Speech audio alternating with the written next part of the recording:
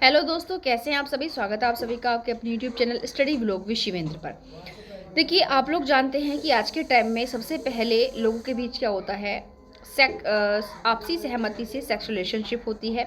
बाद में किसी न किसी आधार पर उस पर रेप के केस लगा दिया जाता है। मैं ये नहीं कह रही कि सारे केसेस एक जैसे होते हैं, लेकिन आज के टाइम में लगातार हमारे हाई कोर्ट और सुप्रीम कोर्ट के समक्ष ऐसे केसेस जा रहे हैं जिनमें मेनली ग्राउंड्स क्या होता है कि भाई विवाह के झूठे वादे के आधार पर सहमति ली और उसके पश्चात विवाह नहीं किया, जिसके चलते मामला जो है रेप केस में आपका दर्ज हो जाता है।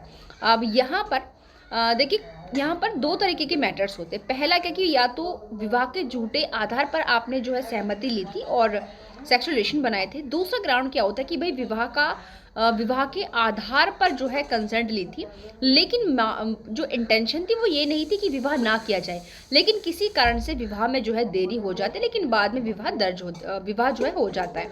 आज का जो हमारा वीडियो है वो इसी बात को लेकर के है, जहाँ पर सुप्रीम कोर्ट के समक्ष मामला गया। ये जो आप यहाँ पर देख भी पा रहे होंगे, पूरा लिखा हुआ है।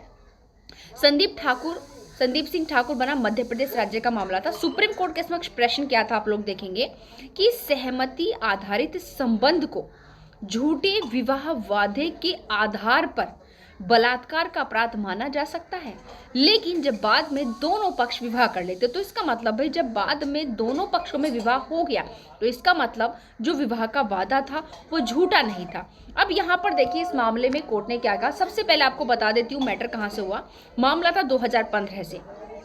सोशल मीडिया का जमाना आप लोग जानते हैं, लोग एक दूसरे को परखते नहीं, जानते नहीं, समझते नहीं। सोशल मीडिया पर फ्रेंडशिप होती है और बात जो है उनकी प्यार तक बदल जाती है।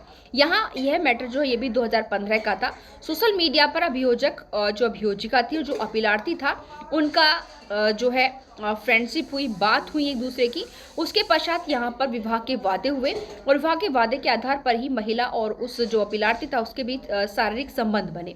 लेकिन यहाँ पर दोनों के बीच जो शारीरिक सेक्सुअल रिलेशनशिप थी वो सहमति के आधार पर थी, बट किसी कारण से विवाह में देरी हो गई और जिसके चलते वो जो महिला थी उसको असुरक्षा उत्पन्न हुई और उसने जो है 2021 में एफआईआर दर्ज कर दी।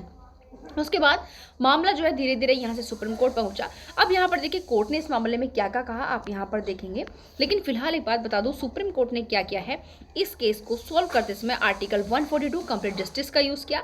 साथ ही साथ जो एफआईआर है उसको रद्द कर दिया। अपराधी को जो सजा दी गई थी 10 साल की उसको रद्द कर दिया और उसको मुक्त कर दिया गया है।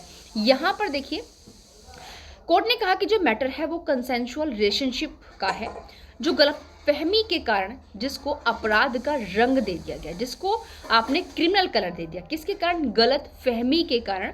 अब यहाँ पर कोर्ट ने क्या क्या पाया, देखिए कोर्ट ने यहाँ पर देखा कि दोनों पक्षों का विवाह का इरादा था, लेकिन विवाह में जैसे ही देरी हुई असुरक्षा उत्पन्न हो गई, जिसके चलते एफआईआर दर्ज कर दी गई। यानी कि दोनों ही पक्ष क्या चाहते थे, विवाह करना चाहते थे, लेकिन कुछ भी ऐसा रीज़न हो सकता है भाई कि विवाह में देरी हो गई।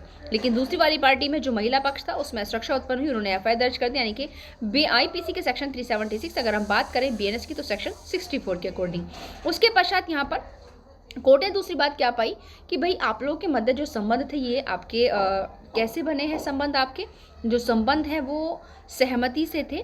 इसीलिए आईपीसी का सेक्शन 376 है उसके अंतर्गत इस मामले को नहीं लाया जा सकता, इनके बीएनएस के सेक्शन 64 के अकॉर्डिंग मामले को नहीं लाया जा सकता। उसके पश्चात न्यायालय ने क्या किया, देखिए ध्यान से। कोर्ट ने आर्टिकल 142 के अकॉर्डिंग कंप्लीट जस्टिस का यूज करते हुए जो अभियुक्त था, अपराधी था, उसको दोष सिद्धि उसकी समाप्त कर दी। और साथ ही साथ कोर्ट ने यहाँ पर एक चौथा पॉइंट बताया था जिसमें कहा कि गलतफहमी के कारण इस मामले को क्रिमिनल कलर दे दिया गया है, क्योंकि पूरा जो ये प्रोसेसर था, जो पूरी समस्या थी वो केवल एक गलतफहमी के कारण उत्पन्न हुई थी। और मैं आपको बता दूं यहाँ पर सुप्रीम कोर्ट ने जो है 6 सेंस से विवाह की संभावना देखी, अंतरिम जमानत दी और जुलाई 2025 में विवाह संपन्न हुआ, ठीक है। और आर्टिकल 142 के कंप्लीट जस्टिस का यहाँ पर सुप्रीम कोर्ट ने यूज किया। अब आप लोग देखते हैं ऐसे बहुत से मैटर्स होते हैं। मैं ये नहीं कह रही कि जितने भी इस तरह के मैटर्स होते हैं विवाह के वादे के आधार पर, इनके कंसेंशुअल रिलेशनशिप के आधार पर सेक्सुअल रिलेशनशिप होती है, सब में सामने वाले का जो विवाह करने का जो वादा था वो झूठा था। बहुत से लोग फ्रॉड कपट के आधार पर भी इस काम को करते हैं। कपट भाई, जिस वादा आपने किया है उसको कंप्लीट करने की आपकी इंटेंशन है ही नहीं। इंडियन कॉन्ट्रैक्ट सेक्शन 17 आप लोग देखते हो। लेकिन सबसे बड़ी बात क्या है कि बहुत से केसेस वास्तव में ऐसे होते हैं जो फ्रॉड के आधार पर आप उन्हें यूज़ करते हो, जिनको कंप्लीट करने की जो है इंटेंशन नहीं रहती। लेकिन कुछ केसेस ऐसे भी होते हैं, कुछ केसेस ऐसे भी होते हैं जहां पर या तो जैसे इस केस में था कि भाई विवाह का वादा तो किया लेकिन किसी गलतफहमी के कारण विवाह जो है नहीं हो पाया, देरी हो गई। तो हर तरीके के केसेस होते हैं। बट हमारे समाज के अंदर आज ये समस्या एक विकराल रूप लगातार धारण करती जा रही है। आप लोगों को क्या लग रहा है? आप लोग कमेंट बॉक्स में कमेंट करके मुझे जरूर बताएं कि क्या वास्तव में आपको भी लग रहा है कि ये जो समस्या है आजकल हमारी सोसाइटी में बहुत ज़्यादा बढ़ती जा रही है। तो आज के लिए इतना ही, मिलते हैं नेक्स्ट वीडियो में। और वीडियो खत्म करने से पहले एक बार फिर आप लोग को याद दिला दूं भाई, 1 जनवरी से पहले पहले आप लोग बैच ज्वाइन कर सकते हैं, क्योंकि उसके बाद आपकी फीस जो है बढ़ जाएगी। अभी फीस बहुत कम है। देखिए अब जो है यहाँ पर स्टडी ब्लॉक विद शिवेंद्र पर आप लोगों का जो है मेंस का बैच भी स्टार्ट हो चुका है। जीएस आपकी चल रही है। और साथ ही साथ आप लोग ध्यान रखें, बहुत ही कम प्राइस में अभी तक यहाँ पर आपको सभी बैचेस मिल रहे हैं। आप लोग इस प्ले स्टोर पर जाइए, वहाँ से study block with Shivendra app download कीजिए। वहाँ पर जाकर आप सारी क्लासेस देख सकते हैं कि भाई आपको एक साथ परचेस करनी है, सब्जेक्ट वाइज परचेस करनी है, बहुत मिनिमम प्राइस में है। ध्यान रखें आप लोग के पास ज़्यादा वक्त बचा हुआ नहीं है। 1 जनवरी से आपकी जो है फीस बढ़ जाएगी। थैंक यू, मिलते हैं नेक्स्ट वीडियो में।